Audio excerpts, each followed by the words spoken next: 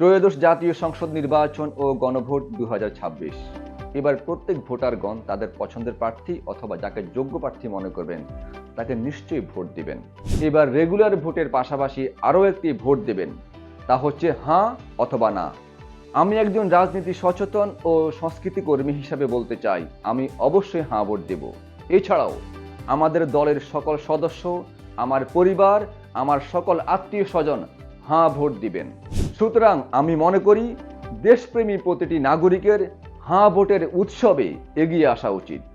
হ্যাঁ ভোট আমাদের সংবিধানের গুরুত্বপূর্ণ কিছু জায়গায় পরিবর্তন ও আইনগত ভিত্তি শক্তিশালী করবে।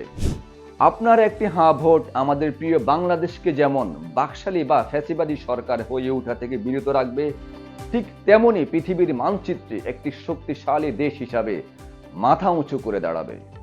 দেশ সংস্কারের এই সুযোগ যেহেতু আমাদের হাতে, দল মত ধর্ম বর্ণ নির্বিশেষে সকলে আমরা চলুন গণভোটে হাঁ দেই।